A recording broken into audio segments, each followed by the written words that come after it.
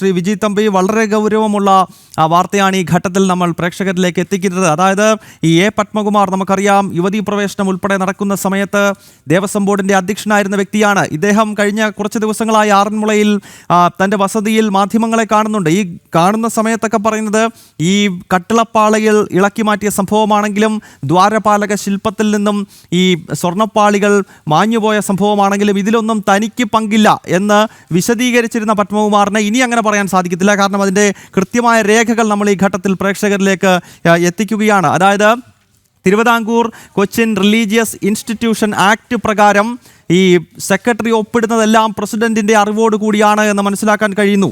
താങ്കൾ എങ്ങനെയാണ് ഈ വാർത്തയോട് പ്രതികരിക്കുന്നത് ശ്രീ വിജി തമ്പി? ഇത് ഞാൻ 2 ദിവസം മുമ്പ് ജനൻ ടിവിയിൽ വന്നപ്പോൾ ഞാൻ വ്യക്തമായി പറഞ്ഞതാണ്. കാര്യം ഇത് ഒരു ഉദ്യോഗസ്ഥരെന്ന് വിചാരിച്ചാൽ നടക്കുന്ന കാര്യങ്ങളല്ല. ശബരിമലയെ സംബന്ധിച്ചോളം ബോർഡ് അറിയാതെ, പ്രസിഡന്റ് അറിയാതെ ഒരു കാര്യം അവിടെ നടക്കില്ല. അപ്പൊ അത്രയും ശബരിമലയുമായിട്ട് ഈ ബോർഡിന് അത്ര അടുപ്പമുണ്ട്, മറ്റൊരു ക്ഷേത്രവുമായിട്ടില്ല. കാര്യം ഈ ശബരിമല വരുന്ന പൈസയാണല്ലോ ഇവന്മാർ അത്രയും വിഴുങ്ങുന്നത്. അപ്പൊ ഈ ശബരിമലയിൽ എങ്ങനെ, ഞാൻ ഇത്രയും കാലം അവിടെ കാണിക്ക് കിട്ടുന്ന പൈസയാണ് അടിച്ചു മാറ്റിക്കൊണ്ടിരുന്നത്. ഇപ്പൊ അവിടുത്തെ ഓരോ സാധനങ്ങളായിട്ട് ഞാൻ ചോദിക്കട്ടെ, ഈ പത്മകുമാർ ഇത്രയും കാലം ഒരു മാധ്യമങ്ങളുടെ മുമ്പിൽ വരാത്ത, മിണ്ടാതെ പുറത്തിരുന്ന ഒരാളാണ്. ഇപ്പൊ ഈ വിഷയം വന്നപ്പോ അദ്ദേഹം പല സ്ഥലത്തും വരികയും അദ്ദേഹം കൈ കഴുകാൻ ശ്രമിക്കുകയാണ്. അങ്ങനെ പത്മകുമാറിനെന്നല്ല, ഇതിനു മുമ്പ് ചെയ്യുന്ന ഒരു പ്രസിഡന്റുമാർക്കും കൈ കഴുകാൻ പറ്റില്ല. കാര്യം വാസു ആയാലും ശരി, പത്മകുമാർ ആയാലും ശരി, അനന്തഗോപൻ ആയാലും ശരി, അത് കഴിഞ്ഞ് വന്ന പ്രശാന്ത് ആയാലും ശരി, ഈ പ്രസിഡന്റുമാരും ഇതിന് ഉത്തരം പറഞ്ഞേ പറ്റൂ. കാരണം ഇത് ഭഗവാന്റെ മുതലാണ്. ഭഗവാൻ എന്ന് പറയുന്നത് മൈനറാണ്. മൈനറിന്റെ സ്വത്ത് ആർക്കും ക്രയം ചെയ്യാൻ അധികാരമില്ല. അതുപോലെ ഹൈക്കോടതിയുടെ കൃത്യമായ നിർദ്ദേശമുണ്ട്, ശബരിമലയിലെ എന്ത് റിപ്പയറിങ്, എന്ത് കാര്യം ചെയ്താലും അത് അവിടെ വെച്ച് ചെയ്തോളണമെന്ന്. അത് ഒരിക്കലും അവിടെ പുറത്തു കൊണ്ടുപോകാൻ പാടില്ല. അത് മാത്രമല്ല, അവിടുത്തെ തന്ത്രി രാജീവ് തന്ത്രി ഇന്നലെ പറഞ്ഞല്ലോ, അദ്ദേഹം അനുവാദം കൊടുത്ത്, റിപ്പയർ ചെയ്യാൻ അനുവാദം കൊടുത്ത് അവിടെ വെച്ച് ചെയ്യാനാണ്. അദ്ദേഹം അറിഞ്ഞിട്ടില്ല എന്ന് പറഞ്ഞല്ലോ. അദ്ദേഹം വ്യക്തമായിട്ട് പറഞ്ഞല്ലോ, അറിഞ്ഞിട്ടില്ല ശബരിമലയിൽ നിന്ന് പുറത്തു കൊണ്ടുപോയെന്ന്. അപ്പൊ ഇത് ഈ കോവിഡ്, അത് കഴിഞ്ഞ് ഈ പ്രളയം, കോവിഡ്, ഈ ഒരു കാലഘട്ടത്തിൽ ശബരിമലയിൽ ഭക്തജനങ്ങൾ കുറഞ്ഞു. ഈ കോവിഡിന്റെ സമയത്ത് ഭക്തജനങ്ങൾ അങ്ങോട്ട് കയറ്റാതായി. ഈ സമയത്താണ് ഈ തിരിമറികൾ അത്രയും നടന്നിരിക്കുന്നത്. കോടിക്കണക്കിന് രൂപയുടെ സ്വത്താണ് അവിടുന്ന് അടിച്ചു മാറ്റിയിരിക്കുന്നത്. ഇത് സ്വത്തിന്റെ വില, അതിന്റെ മൂല്യം, ആ പൈസയുടെ കാര്യത്തിലല്ല മൂല്യം. ഭഗവാന്റെ സ്വത്തെന്ന് പറയുമ്പോൾ അതിന് സ്വർണമായാലും വെള്ളിയായാലും എന്തായാലും അതിന്റെ വിലയുടെ മൂല്യം മാത്രം ഇട്ടാൽ പോരാ. അതിന് ഈശ്വരീയമായ ഒരു വിലയുണ്ട്. അത് വാങ്ങിച്ചുകൊണ്ട് പോകാൻ, അതിന്റെ ഒരു കഷ്ണം കിട്ടിയാൽ എന്റെ വീട്ടിൽ കൊണ്ടുവച്ചാൽ അയ്യപ്പ എന്റെ വീട്ടിൽ വരുമെന്ന് വിശ്വസിക്കുന്ന കുറെ മണ്ടന്മാരായ കുറെ ഭക്തന്മാരുണ്ടാവും. അവരായിരിക്കും ഇത് പൈസ കൊടുത്ത് വാങ്ങിക്കുന്നത്. കോടിക്കണക്കിന് രൂപയുടെ തിരിമറിയാണ് അവിടെ നടന്നിരിക്കുന്നത്.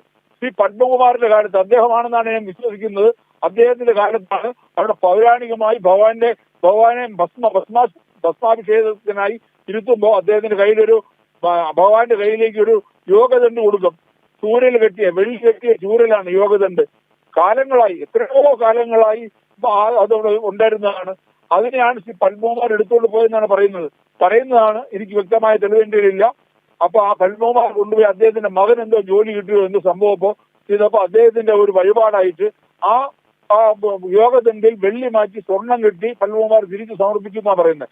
പക്ഷെ ഇപ്പം പലരും പറയുന്നത്, ശബരിമലയിൽ ക്ഷേത്രത്തിനകത്ത് കയറി പൂജ ചെയ്യുന്ന പലരും പറയുന്നത് പഴയ യോഗദണ്ഡല്ല എന്നാണ് പറയുന്നത്.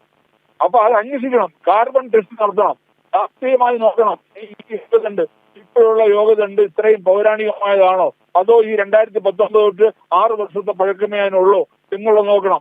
അതുപോലെ തന്നെ അവിടുത്തെ ഭഗവാന്റെ കഴുത്തിൽ അണിഞ്ഞിരുന്ന രുദ്രാക്ഷമാല, വെള്ളി കെട്ടിയ രുദ്രാക്ഷമാലയായിരുന്നു. അതും ഇതുപോലെ സ്വർണമാക്കി മാറ്റി. അതിനും രുദ്രാക്ഷ മണികൾ മാറി എന്നാണ് പറയുന്നത്. ഇതൊക്കെ പറയുന്നതാണ്. അത് നമുക്ക് രേഖ ഉണ്ടാക്കണമെങ്കിൽ അത് ശാസ്ത്രീയമായി അത് ടെസ്റ്റ് നടത്തി നോക്കണം. ഇതൊന്നും വിടാൻ പറ്റില്ല. കാരണം ഈ കട്ടിളപ്പടിയായാലും ശരി, 30.3 കിലോ ആണ് ഈ വിജയമല്യ അവിടെ കൊണ്ടുവന്നത്. അത് ഭഗവാന്റെ കാൽക്ക് വെച്ച് പൂജിച്ചതിന് ശേഷമാണ് ഈ സ്വർണം കൊടുത്തത്. അപ്പൊ അതിന്റെ കണക്ക് എവിടെ? അതിന്റെ കൃത്യമായി നോക്കണം. അവിടെ എവിടെയൊക്കെ വെച്ചിട്ടുണ്ട്, എത്രയൊക്കെ സ്വർണം എവിടെയൊക്കെ ഇത് ചെലവാക്കിയിട്ടുണ്ട്. അല്ലാതെ ഇത് ഒരിക്കലും വിട്ടുകൊടുക്കാൻ പറ്റില്ല. കാര്യം ഇത് പത്മകുമാറല്ല എല്ലാ പ്രസിഡന്റുമാരും കണക്ക് പറഞ്ഞു പറ്റൂ, എല്ലാ ബോർഡ് മെമ്പർമാരും കണക്ക് പറഞ്ഞേ പറ്റൂ. കാര്യം ഈ കോവിഡിന്റെയും അത് എവിടെയാണ് തുടങ്ങിയത് വെച്ച് കഴിഞ്ഞാൽ, യുവതീ പ്രവേശന വിഷയം തൊട്ടാണ് ശബരിമലയിൽ ഈ കളികളെല്ലാം തുടങ്ങിയിരിക്കുന്നത്. ആ കാലഘട്ടത്തിൽ ശബരിമലയിലെ പ്രസിഡന്റായിരുന്നു പത്മകുമാറായിരുന്നു. അതുപോലെ തന്നെ അവിടെ മെമ്പറായിട്ട് ഒരു ശങ്കർദാസ് ഉണ്ടായിരുന്നു. ശങ്കർദാസിന്റെ മകൻ ഒരു പോലീസ് ഓഫീസർ ഉണ്ടായിരുന്നു, SP ആയിട്ടുണ്ടായിരുന്ന വിജയശങ്കർ എന്ന അവരുടെ പേരുന്നു, വിജയശങ്കർ. ഈ വിജയശങ്കറാണ് ഈ സ്ത്രീ പ്രവേശനത്തിന് ഏറ്റവും മുന്നിൽ നിന്ന് പ്രവർത്തിച്ച ആൾ. ഹിന്ദു അമ്മണിയെയും കനകദുർഗയും ശബരിമലയെ കൊണ്ടുവരാൻ ഏറ്റവും വലിയ കളി കളിച്ച ആൾ ഈ വിജയശങ്കറാണ്. അപ്പൊ ഈ വിജയശങ്കർക്കും ശങ്കർദാസിനും അന്ന് വേറൊരു മെമ്പർ ഉണ്ടായിരുന്നു, രാഘവൻ എന്നൊരാൾ. അയാൾക്കും പത്മകുമാറിനും എല്ലാം ഉള്ള പങ്ക് നോക്കണം. ഈ പത്മകുമാർ കഴിഞ്ഞിട്ട് വന്ന ആരാണ്? എൻ വാസു. ഈ എൻ വാസു ആരായിരുന്നു? വ്യക്തമാണ് ശ്രീ വിജി തമ്പി അങ്ങ് സൂചിപ്പിക്കുന്നത്. 2019-18 കാലയളവിൽ ശബരിമലയിൽ നടന്നിട്ടുള്ള വലിയ തോതിലുള്ള ദുരൂഹതയുണ്ടാക്കുന്ന സംഭവങ്ങളുമായി ബന്ധപ്പെട്ട കാര്യങ്ങളാണ്. നേരത്തെ ശശികല ടീച്ചർ ഈ വിഷയം ഓർമ്മപ്പെടുത്തിക്കൊണ്ടിട്ട പോസ്റ്റ് പെട്ടെന്ന് അപ്രതീക്ഷിതമായതൊക്കെ നമ്മൾ റിപ്പോർട്ട് ചെയ്തതാണ്. കേരളത്തിൽ ചർച്ച ചെയ്യപ്പെട്ട വിഷയങ്ങളാണ്. എന്തായാലും പത്മകുമാർ ഉൾപ്പെടെ ദേവസ്വം ബോർഡിന്റെ മുൻ പ്രസിഡന്റ് സ്ഥാനം അടുത്ത കാലത്ത് അലങ്കരിച്ച ഒരു വ്യക്തിക്കും ശബരിമലയിൽ നിന്ന് ഈ കട്ടിളപ്പാളികൾ പോയതാണെങ്കിലും ദ്വാരപാലക ശില്പത്തിൽ സ്വർണം കാണാതായ സംഭവമാണെങ്കിലും അതിൽ നിന്ന് ഒഴിഞ്ഞു മാറാൻ കഴിയില്ല എന്നത് ഒരു വസ്തുത തന്നെയാണ് എന്ന കാര്യത്തിൽ യാതൊരു സംശയവുമില്ല.